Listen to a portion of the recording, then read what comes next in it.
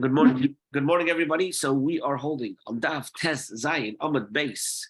For those who are following in the art scroll, it's 16b4, and it's 9 lines up from the bottom of the page. Ki Mordechai HaYehudi. The first word on the line is Ha'ele, and this is the beginning of a segment which talks about the importance of learning Torah. The importance of learning Torah. So it says as follows. Mordechai HaYehudi, Mishneh LaMelech Achashverosh. Mordechai HaYehudi was the viceroy of King Achashverosh. V'godol HaYehudim, and he was great among the Jews. V'rotzu l'roivecha, and he was popular with the multitude of his brethren. Now, when it says the word l'roivecha, on the one hand, you can read it as the multitude, or you can read it as the most, as to most of his brethren. But it's implying that he was not popular with all of his brothers. Why wasn't he popular with all of his brothers? Well, the Gemara tells us, Melamed, it teaches us, Sanhedrin, that some of the members of the Sanhedrin parted away from him. They moved away from him. Now, the Amar of Yosef says, Godel Talmud, Yosef Matzalas Nefoshes. We find that the study of Torah is even greater than saving lives. Why? The Meikora, because initially, Mordechai is reckoned after 4 sages, right? In the pasuk, and this was before the story of Purim. But at the end, Basar Chamisha is counted after 5 sages, which indicates that his importance went down. Meikara, initially, Ksiv, it says, Ashbo in Zerubbabel, those that come with Zerubbabel, Yeshua, Nehemiah, Sroya, Reloya, and Mordechai. So those are the names that are mentioned, and Mordechai is mentioned 5th. But later on, it says, Haboim Zerubbabel, that came with Zerubbabel, Yeshua, Nehemiah, Azariah, Ramia, Nachamoni, Mordechai, Bilshon. So we see over here, he's not mentioned 5th anymore. We find that Mordechai is mentioned 6th, which seems to mean that he was demoted a little. He wasn't as important because of his moving more into the political sphere, rather than back to the Sanhedrin and to studying. Amarav. So Rav says, now we're going to be talking about the importance of learning Torah. Once we mentioned Mordechai was only respected by most of his most of the Eden, but some moved away from him because he went back into the politics and didn't spend most of his time learning Torah. We're going to learn from here. We're going to continue discussing how important it is to learn Torah. So it says, Rav says, some say it was said by Rav Shmuel Bar Marsa, Godel Talmud Torah, Yosem and Beis Hamikdash. We find that the study of Torah is even greater than building the Beis Hamikdash. How do we see this? She calls much of Baruch ben Neriah Kayam, so long as Baruch ben Neriah was alive. He was who? He was Ezra's teacher. So long as he was alive, and Ezra had what to learn from him. Ezra did not leave him to go up to Eretz Yisrael. Now we know that. Rabbi, a question. We say that Mordechai is Mordechai HaYehudi. He's like the essential person in Torah that's referred to as HaYehudi. Yes. So how is it that he is like that, and we don't hear all these other 5 or 6 people that came before him that are mentioned, that they're as well known, as famous? I mean, they're almost completely unknown compared to Mordechai. So, in general, when it comes to things of this nature, right, there always has to be the context, and from the context, you learn a particular point. In other words, we're not speaking in generalities. We're speaking about a specific issue, and the issue here is the importance of learning Torah. So with regards to learning Torah, in that generation, who were the great Torah scholars? So we assume that in order that the people were written, that is the order of their greatness in learning Torah. The fact that we don't know about them as being communal leaders and dealing with communal matters doesn't take away from their scholarly greatness, right? So in the context of Limud Torah. So Mordechai was fifth. Now, just because he was fifth in the pasuk, it doesn't mean he wasn't great. It means that there were some people who may have been sharper than him, may have been more scholarly than him, but nevertheless, he was the leader. He was the leader of the Jewish people at the time, right? But on the other hand, you don't see these other five people standing up and saying, I'm going to gather, 24,000 children to learn Torah. It was So, Mordechai that did that. and so therefore, in the context of the Megillah, you'd be right that Mordechai in this area, within this context of going out and not just keeping your knowledge for yourself, but inspiring others, Mordechai stood out. And it says that Mordechai in his generation was like Moshe in his generation. So you're definitely correct. You're definitely correct that in terms of their being known amongst the people, Mordechai was much better known. But in terms of the way the Torah gives us their status by quoting first, and second, Mordechai came later on in the line. Okay.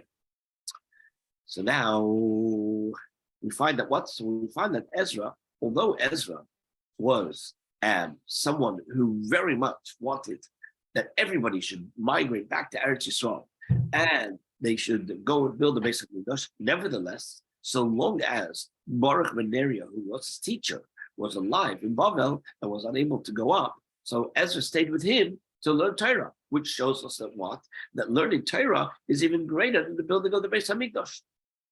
So now another statement with regards to the greatness of learning Torah. Amar Rabba, Amar of Yitzchok Bashmo Bamarso says, Godel Talmud Torah Yosem Mikibud Avei, that the study of Torah is even greater than honoring one's father and mother. Here we have a Hashgacha Pratis of Father's Day, right? We've been talking about honoring your father, right? Shekol Eisan Shonim Shahoya Yaakov Avinu B'Beis Eva Leinenash.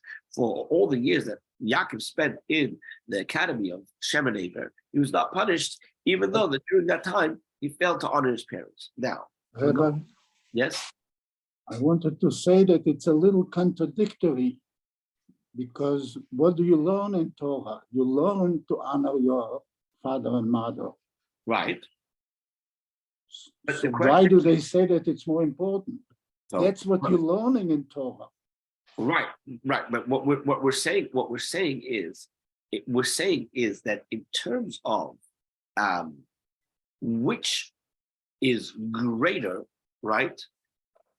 As you'll see, basically what the Gemara is going to do right now is make a whole calculation about the fact that Yaakov did not honor his father by staying away for so long, and he gets punished for that.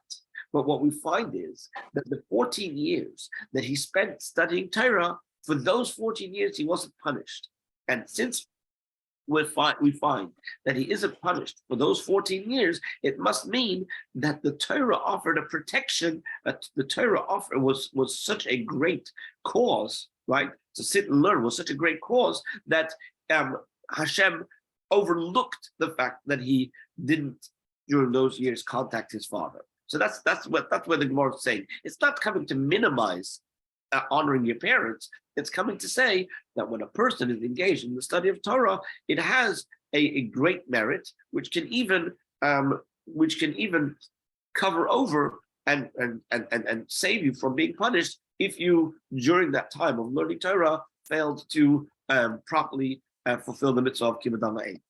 Yeah, but I'm saying part of what you learned in those 14 years is, since it's in the 10 Commandments, that's what you was learning. Right. It's true. Listen, the fact is that Yaakov was the one who was sent by Yitzchok. Yitzchok and Rivka sent him away. They told him to leave. Right. So it wasn't. It's just he could have done more to make contact with them. Yes, I think somebody had their hand up. Yeah,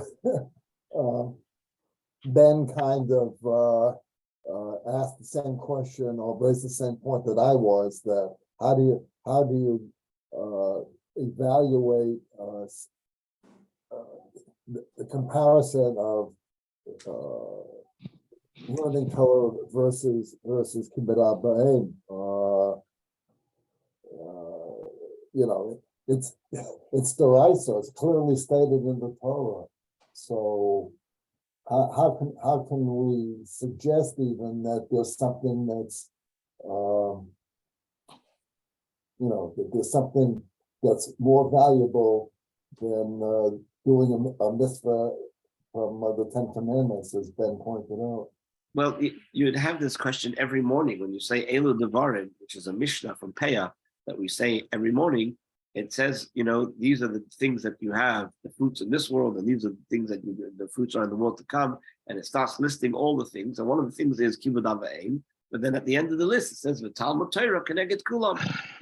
Talmud Torah weighs against all of them. So we find that Talmud Torah certainly has a very heavy weight behind it. Well, let's yeah. Rabbi, I have another question. I'm not trying to make a hard time over here, but this whole idea of what Rav says, that Talmud Torah is greater than building the Beis Hamikdash. Yeah. So if you have a situation where finally Mashiach is ready to come and build the Beis Hamikdash, and somebody says to you, finally we're going to take all the Yidden over thousands of years and bring us to the Beis Hamikdash with Mashiach, and the guy says, well, I'm busy learning Gemara, I can't come. So it's interesting you say that. It's interesting you say that, because there's a principle which is a halacha that me'ein mevatlin tinokei shel beis rabban afilu lebinya beis hamikdash. You do not stop the children from learning even for the building of the Beis Hamikdash, which means to say that the children's learning, right, which is the Hevel Tinokei Shel Beis Rabban, the pure speech of the learning of the children, there's nothing higher than it. So there definitely is a source for that this idea of Talmud Torah is so great that we're not even mevatel it, we don't nullify it even for the building of the Beis Hamikdash. That's not to say that everybody else shouldn't stop work. Everybody else should stop work to build the Beis Hamikdash. But those who are learning Torah, they should continue learning Torah. Yes. Rabbi? Yeah, but that implies, but what you just, 1 second, what you just said was clearly implying it's the children's learning of the Torah, but the adults' learning of the Torah is not as great. So what I quoted is something that I remembered off the top of my head, right, as a clear halacha that we're not mevatel, that you're not mevatel the learning of the children. I don't remember a clear halacha with regards to not being mevatel Talmud Torah at all. However, this lesson over here that Rav is saying is that, and actually, in fact, it seems to be, there's an expression that there's nothing greater than a ma'aser Rav. You want to know what halacha is, right?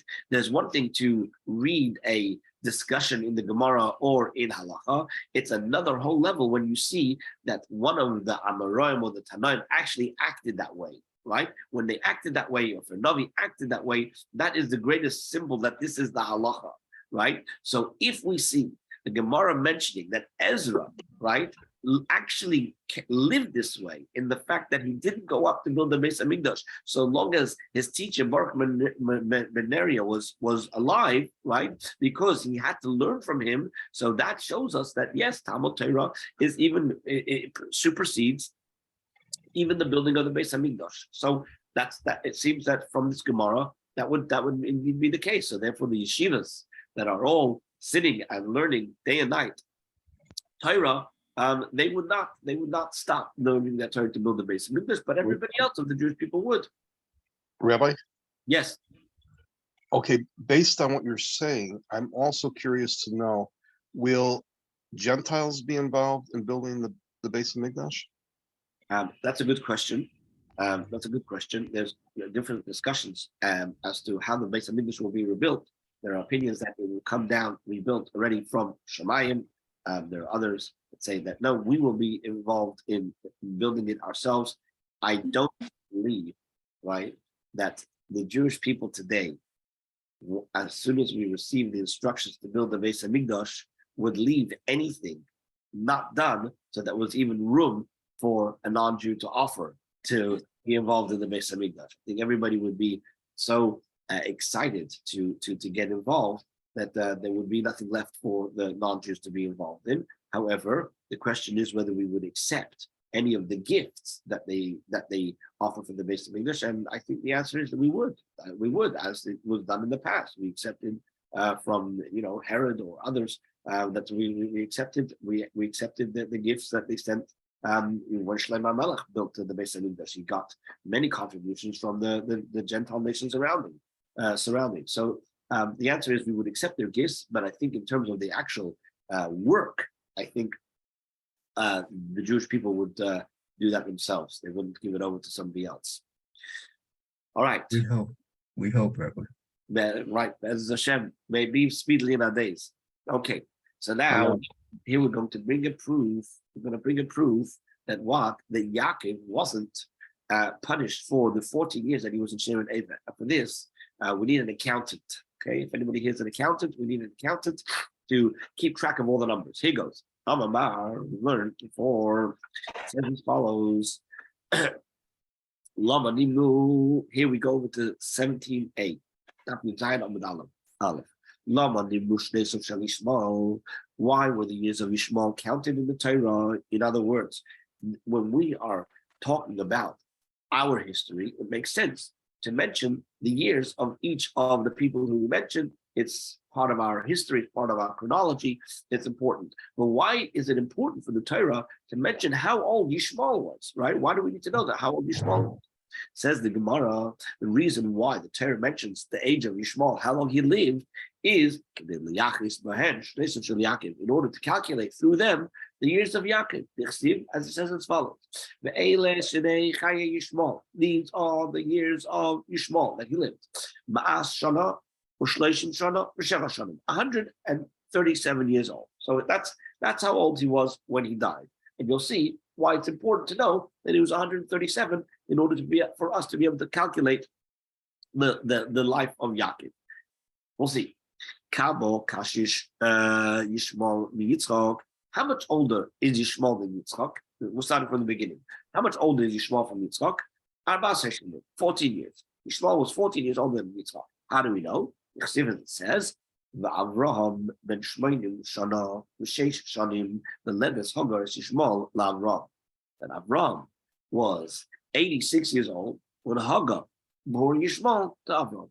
Okay, so that's so we know that Avraham was 86 when Yishmael was born. Uksiv, and it says, Avraham ben Ma'ashana Mivalad Lai Es Yitzchak B'nai. Avraham was 100 years old when his son Yitzchak was born. So therefore, what do we have? You have 86 to 100. There's a difference of 14 years. So Yishmael was 14 years. Yishmael was 14 years older than Yitzchak. Okay. And now it says as follows: Yitzchak ben Shishin Shana v'Leves Esam. So Yitzchak was how old when Yaakov was born? When he gave birth to Yaakov and Esau, he was 60 years old. So Barka Bahav Yishmael Kidi Isyalid Yaakov. So then now let's do the math. You got 14 plus 60, right? 14. He was 14 years older than Yitzchak, and Yitzchak was 60 when Yaakov was born. So he must have been 74. So Yishmael was 74 years old when Yaakov was born. Okay, now so at that time, how many years was left of Yishmael's life? Well, if you've got 74 that you subtract from 137, what are you left with? Shitin Utlas. You're left with 63. So therefore, it follows that that Yaakov was 63 years old. Yaakov was 63 years old when Yishmael died. However, we don't know yet when Yishmael died. When did Yishmael die? How does it help you? So the Gemara follows. It says like this. V'tanya, it was taught in the Brisa. Hoya Yaakov Avinu v'shosh nisbarich ma'aviv ben shishim v'shalosh shana. Yaakov was 63 years old at the time that he was blessed by his father. Oh boy, Baperek, at the same time that he was blessed by his father, Meis Yishmael. Yishmael died. Like it says, he saw that when Esau saw that Yaakov had blessed Yaakov, so what did he do? Yeah, Esav now went by Yelech, Esav El Yishmael. He went to Yishmael. Vayikach es Machlas Bas Yishmael. He took Machlas, the daughter of Yishmael, and then it continues on and it concludes that who did he marry?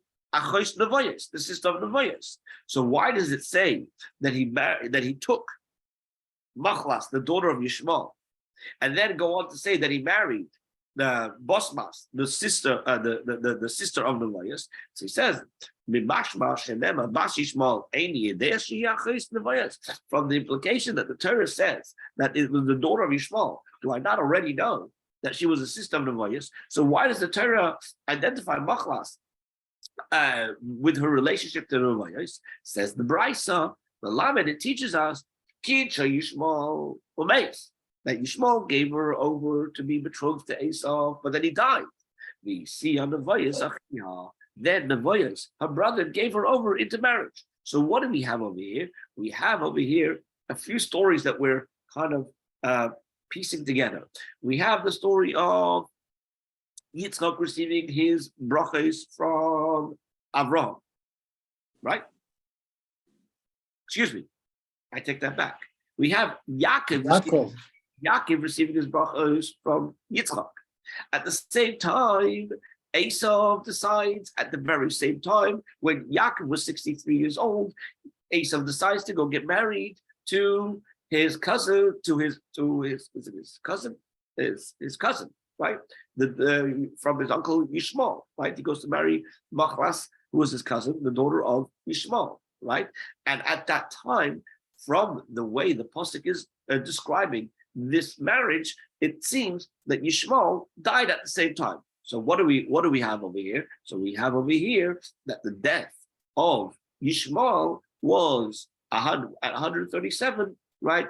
Yitzchok was 63. Okay. Rabbi, I have a question. Yeah. It's the part a little bit before that, yeah, in which you mentioned that let's see, who was it? That Ishmael was born. Is it Ishmael? Yeah, Ishmael was born 14 years before. That's correct. Okay, but when they talk about the actual the time period in which the Brit Milah occurred, okay, yeah, they only talk about 13 years because the Arabs do the Brit Milah on their children at the age of 13, not the age of 14.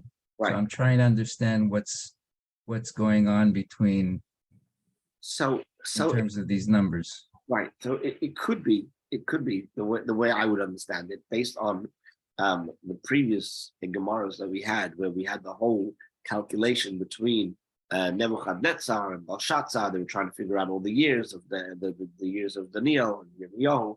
It seems that you can have half years, and so therefore it's possible that he was 13 going on 14. That's what I would assume. I would assume that he was 13 going on 14, but really, he was going on 14, and so when we talk about the difference, we just round it up. We round it up to 14 years. That's what I'm assuming. I'm assuming we're rounding it up. Okay, and the second, they use the second part is the fact that they say Achot Nevayot. Yes. It's the same as the situation with Abraham's slave and Sarah's brother Lavan, correct? And the fact that it was Lavan who gave. Right, Besuel, right, the story with Besuel and Lavan. Yes, that's correct. So because what happened was, as we read, I think Rashi says it, that what happened, Besuel wanted to stop the marriage, and the Malach came and killed him. So yes, and then Lavan is the one that ultimately that spoke for Rivka. So it's the same idea. Rivka, right? Okay. Yeah.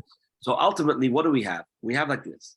So you have Yaakov had to flee to Aram Naharayim at how old? Right after the brachos. How old was he? Shitin Uslas. So we're going to establish now that he was 63 years old when he left his father. Now, how old was he, right? When Yosef was born, and he lived in Lavan's house for 14 years until Yosef was born. Okay, right? So if we assume that he went straight from his father's house to Lavan, right? So then if you follow the psukim, it turns out that he was there for 14 years until Yosef was born, right? Ha Shivin Meshiva. So that would be 77, right? Remember, he married, okay, yeah. So there were 7 years, and then there were 7 years, right? And by this time, Yosef was born, right? So he was 70, so 63 plus 14 is 77. Uksiv, and then it says, Yosef ben Shloshim Shana ba'amdei lifnei Pharaoh. Now, when we have the whole story of Yosef coming in front of Pharaoh, after he'd been sold into slavery and after he'd been in prison for 12 years and so on and so forth, right? It turns out, the pasuk tells us that when he came before Pharaoh, he was 30 years old. So now we have to make a calculation. We've got 77 years old when Yosef was born, plus 30 years old. So what do you have? What do you have altogether? So any accountants? So 107.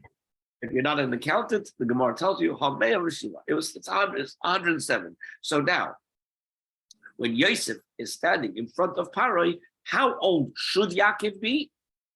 He should be 107, according to our calculation. So now, Shav Neshiva Vatati Dechanfo, you've got to add to this 7 years of plenty, as we know Yosef dreamt that there were going to be 7 years of plenty and 7 years of famine. And then you have the set, so you got 7 years of plenty. And then you have the 2 years of famine, because we read that it was when Yosef speaks to the brother, they say Zesh Nosaim Shana. This is 2 years. So what we find is that the famine did not end up taking 7 years. It stopped after 2 years. Right? So you've got 7 plus 2 is 9.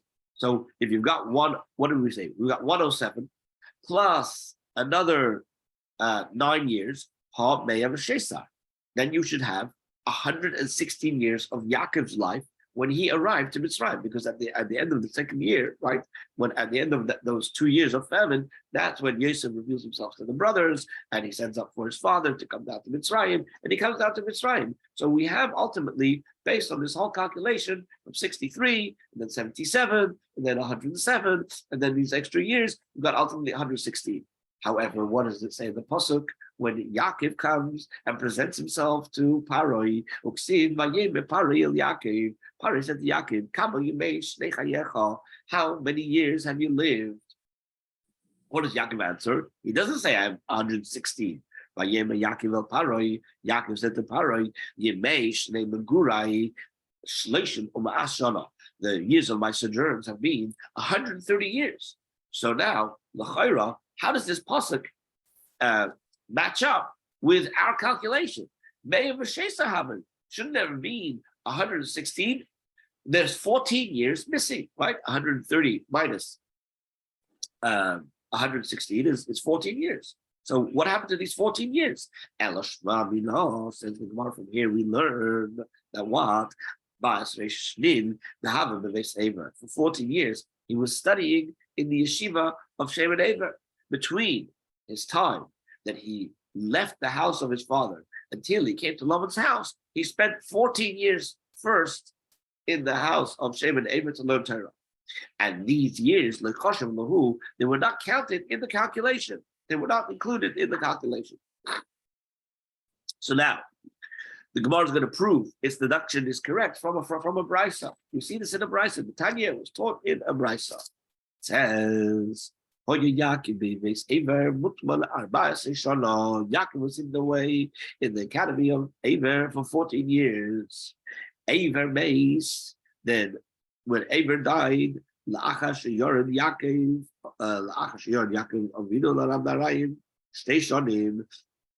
died 2 years after Yaakov went down to Aram Naharaim. So Yatsa Misham, Yaakov left there, and arrived in Aram Naraim. Nimtza, it comes out that what? Sh'omad al Habe'er, that when Yaakov stood at the well, when he arrived in Aram Naraim, he was 70 years old. So it's obvious that what? 14 years elapsed between his departure from his father's house at the age of 63 until he arrived at Lavan's house. So these years he spent in the yeshiva of Shem and Eber. But now we want to go back to the original point that we made with regards to Yaakov and his time he spent in yeshiva. We said for those years that he spent studying in yeshiva, he wasn't punished. We know that he was punished for not fulfilling the mitzvah of kibbud avayim and not contacting his parents for 22 years. How do we know that? We know that because of the story of Yosef, that for 22 years, Yosef was not in contact with his father, which was in a way a punishment for Yaakov not being in contact with his father. But how do we know that Yaakov was not punished for neglecting to fulfill the mitzvah of kibbud avayim during the years that he spent studying Torah? Says the Gemara. We learned this from a brisa. The Tanya from the brisa. It's found that Yosef separated from his father after his brothers had sold him for 22 years. Just as Yaakov Avinu separated from his father. Yaakov but Yaakov was 36 years old when he left with his father, right? So therefore, it wasn't 22 years until he met up with his father. It was 36 years, right? It wasn't, make the calculation, right? If he left his father when his father was 60, if he left his father when he was 36, right? So, and he only met up with him,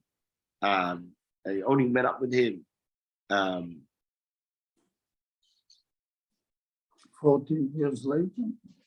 So he met up with his father 36 years later, right? So what happened? So of course we see that he gets punished for 22 years, but what happened to the other 14 years? So what we conclude is that the 14 years that Yaakov spent in learning in yeshiva of Aver, these were not included in the calculation. And so from here we see the greatness of studying Torah, that although he got punished for the 22 years while he was in the house of Lavan, right? But nevertheless, he didn't get punished for the 14 years that he was in the yeshiva of Shem Ever because he was studying Torah.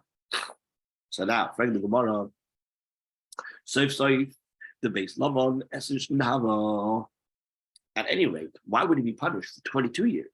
How long was he in Lavan's house? He was in Lavan's house for only 20 years, right? So why was he punished for 22 years? Yeah. If you look in the Psukim, right, it says he worked 7 years for each one of the daughters. So 7 and 7 is 14. And then the Psukim say that he worked 6 years for all the cattle, right? So together, 6 plus 14 is 20. And then he made his way back to his father. So why was he punished for 22 years? It must be because he delayed another 2 years on his way back to his father, Tanya, as it was taught in the Brisa. Yaakov left the Aram Naraim and the Sukkos, and he came to Sukkos also Shom, Shmoina Osor Chodesh, and he stayed there for 18 months. Shemema, like it says, Yaakov knows Sukkos. So Yaakov journeyed to Sukkos, even Loi, and he built himself a house. Also Sukkos. And for his cattle, he made shelters. On the base, Kale also Shisha Hadashim,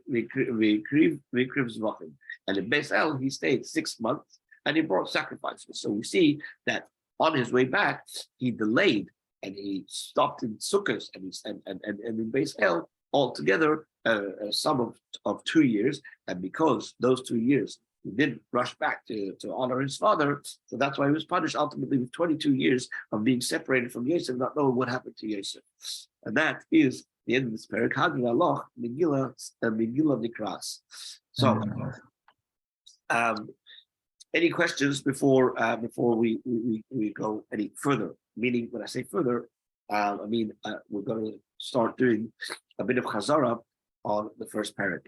I think I could make a comment that he should have been punished only for the 2 years that on his own he didn't go to talk to his father, the last 2 years. But the 20 years by Lavan, they send him there. Oh, so this is an excellent question. And the Mefarshim actually asked this question. And one of the answers that they give is that sometimes, although a person is able to use an excuse for why they do not do something, the fact that when they are able to do it, they don't rush to do it is an indication that even during the years that they couldn't do it, it wasn't only by circumstances, but also by choice, which means to say as follows. We have, for example, the mitzvah of you're supposed to learn Torah every free moment. So people can come along and say, I'm exempt. Why are you exempt? Because I need to make a parnasa. And because I have to make a parnasa, so therefore I'm not obligated to learn Torah day and night. Plus I need to eat, and I need to sleep, and I need to do all these things that I'm required to do by Torah. So therefore I'm exempt from learning Torah all day and all night. I am able to learn a parak echad in the morning, one section in the morning, one section at night, and that way I fulfill my obligation. That's all fine and good when it comes to somebody during the business hours. But what do you do after your business hours? Do you run to the synagogue to sit and learn? You don't run to the synagogue to sit and learn. If you don't run to the synagogue to sit and learn, or you don't sit at home and pull out a sefer at every free moment, this is a small indication that perhaps even if you were not given the extra burden of having to earn a livelihood, you wouldn't be running to learn. So we say the same thing with Yaakov, that the fact that the last 2 years, right, where he was able to go back, right, and he didn't rush, that's an indication for the, I guess, obviously we can't judge Yaakov. Yaakov is, the greatest of the obvious, and who could compare to him?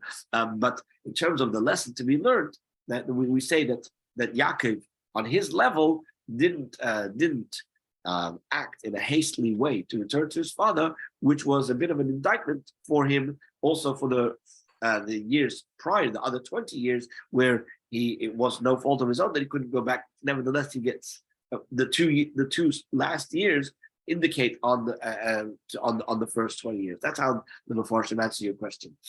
Because when he was by Lavan, not just that he walked, he was sent there, but then he decided to make a family, to build a family, and do pruvu, which is a mitzvah. Absolutely. So except he was for fulfilling mitzvahs while he was there. Yeah, except for one thing. Okay, you can understand that for the two sisters, but then he stayed and he worked for the cattle. So that in itself is an indication that my little granddaughter just came, that he delayed, and not because of, he delayed going back to his father, which is in itself an indication. And furthermore, it's not just that he delayed, it's that he never sent word to his father to let him know that he's alive and well. It seems that there was no communication between the two during that period of time. And that is really the thing that concerns us. The concern that there's no communication between the two is problematic. And seemingly the same thing should be true with Yosef. And I guess the question we should ask is, how come Yosef wasn't punished for not communicating with his father for 22 years? Is that the question? He didn't know. So, Rabbi? Yeah. So he was not showing kabud of aim towards his father for those 2 years. Seemingly. However, I think the answer is that if I recall, not Rabbi Smith. There was a shavua that was made between the brothers not to reveal to Yaakov what happened with Yosef. And since there was a pact and a shavua made between all of them, so Yosef couldn't go ahead and go against that shavua that was made against anybody who would reveal it. So therefore, he was complete onus. He wasn't able to break that. It was only afterwards, once he revealed himself to the brothers, and the brothers were able to go back and tell the father that Yosef was still alive, that this shavua was taken away, that they no longer had this obligation to, this being sworn to secrecy and to silence. So that's perhaps why Yosef wasn't punished for not communicating with his father for 22 years. But Yaakov, it seems there's no excuse. Other than we say the Torah, that the 14 years that he learned the Torah, that protected him, and he didn't get punished for those 14 years. But the other years were a problem. Okay, Hadar Aloch, Megilla Nikras, and we will turn to you, Megilla Nikras. Okay, so now, I guess it's a great honor and privilege to go back to the beginning of the beginning of the Masechta, and we're not going to go through the whole thing as we did to get to this point, but just go over briefly some of the main points that are found on this on the different dafim that we went through. So if everybody wants to turn back to daf base on the Aleph right at the beginning, so we started out with the Mishnah. The Mishnah gives us the different dates when the Megillah will be read, and it gives us the full span of the earliest to the latest, right? The earliest being the 11th, and the latest being the 15th, right? And then it tells us the different laws about the different cities in which you would read it on the 14th, the days that you read it on the 15th. Okay, there was everybody. There was a special dispensation that was given to the people who lived in the small villages, that if they were not able to come in on the day of Purim, because it wasn't on a Monday or a Thursday, then they would be able to come in on an earlier Monday or Thursday, depending when Purim fell out, and they would be able to hear it on that day. Okay, and that's basically the basis of the basic idea of what the Mishnah shares with us. Obviously, it gives us other different scenarios of when it falls out one way, it falls out another way, but basically we end up having all the different days covered of when we read the Megillah. Then the Gemara, right, wants to really know, as it always does, is where do you get the basis to know that you can read it on all these dates? So the Gemara tells us that we learn this from we learn this idea from what the Chachamim made a special dispensation, and where did they get it from? So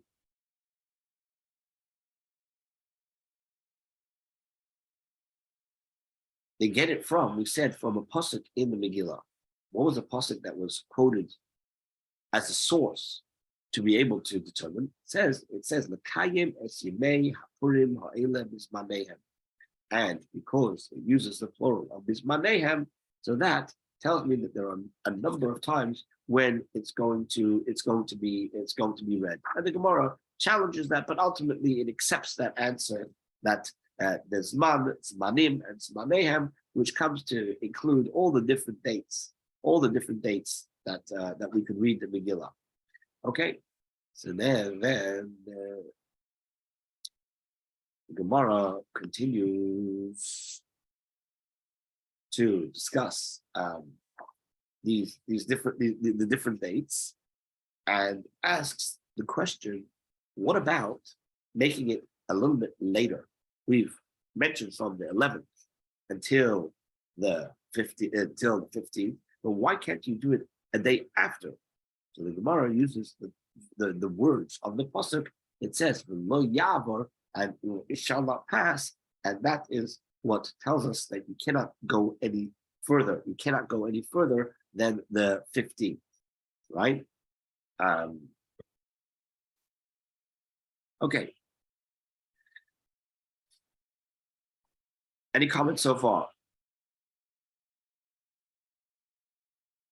Okay, so the Gemara comes along now and mentions, right?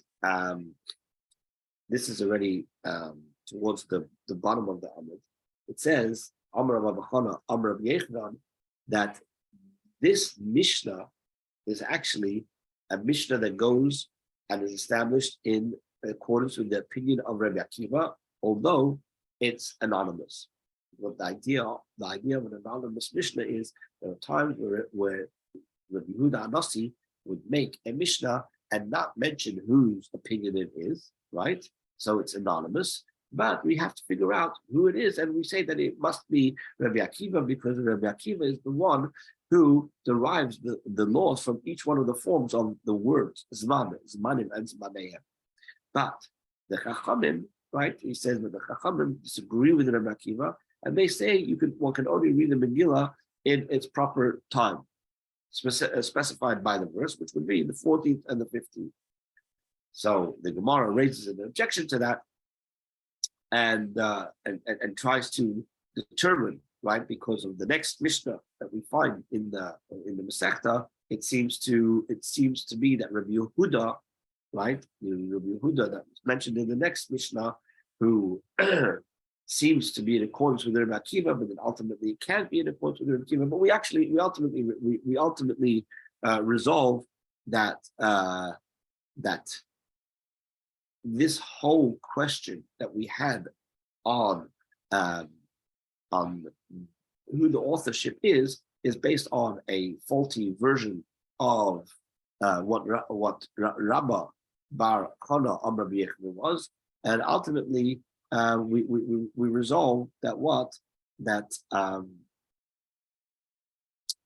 may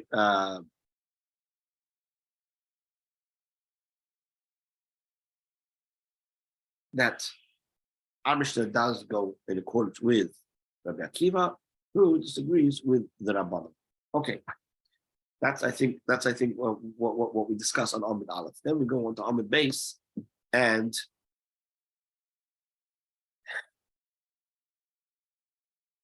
one second. We have a whole discussion about the next clause of the Mishnah, which talks about cities that were surrounded by walls at the time of Reb Shua ben Nun, that they read the Megillah on the 15th.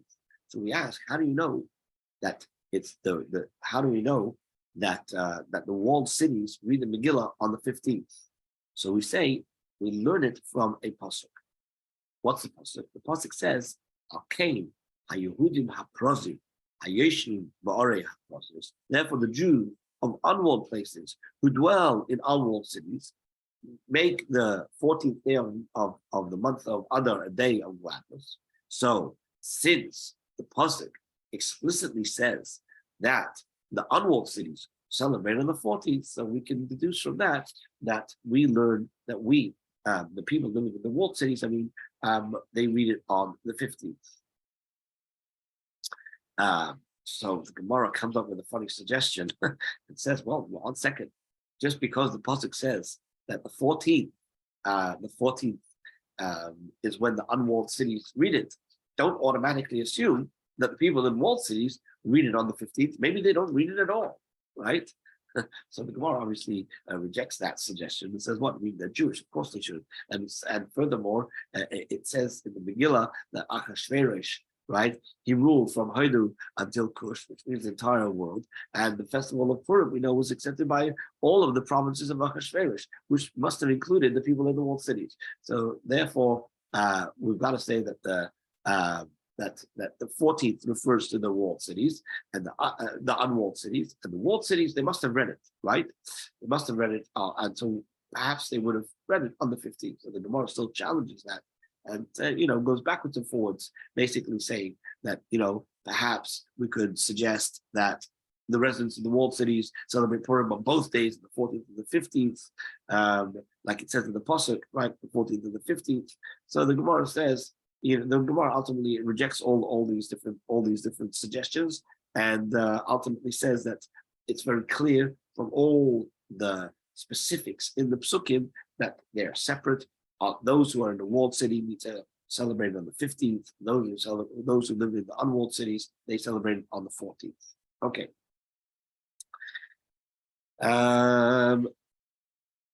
Then we go on to say that our Mishnah does not go in accordance with the opinion of the following Tanya, the Tana. The Tana is Rabbi Shua ben Karcha. What did Rabbi Shua ben Karcha say? Shua ben Karcha said that those cities that were walled for the times of Achashverosh read on the 15th. Now, we are of an opinion that it's from the time of Rabbi Shua ben Nur. But you see that Rabbi Shua ben Karcha says that it's only the walled cities from the time of Achashverosh.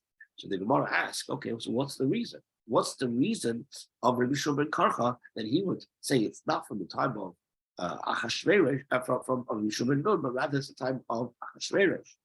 So the Gemara answered that what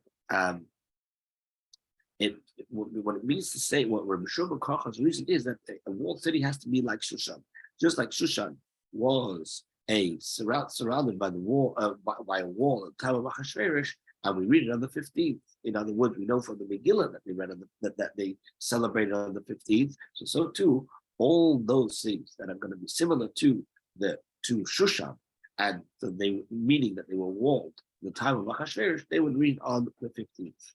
And then the question is, well, what about our Tana, of our Mishnah, who disagrees with Rabbi Shua ben Karcha, and he says that's not the case, but rather it's from the time of Rabbi Shua ben Nun. So the Gemara gives the answer that our Tana of our Mishnah, he learns it actually from Gzeir Shava, because it says Al Kena Yehudim Haprozim, right? And it says Levad Ma'orei Haprozi Harbe Ma'oid, right? So that's talking about the cities that were conquered as they were going into towards Eretz Yisrael, and when they had wars, as we were going through the desert and entering towards Eretz Yisrael, coming close to Eretz Yisrael, it talks about the many victories that they had, and it talks about a great number of unwalled towns. So just like over there, we're talking about from the time of Yeshua ben Nun, right? So too, it's from Yeshua ben Nun. So basically, we're saying that the reasoning of the Tana of our Mishnah is Gzeir Shava. Now, one thing that's important to remember about Gzeir Shava, everywhere in Shas, right? Everywhere in the Talmud, Gzeir Shava is not just something that anybody can pull out of their hat, because then there's an expression, there's no end. You can come on and make up crazy associations.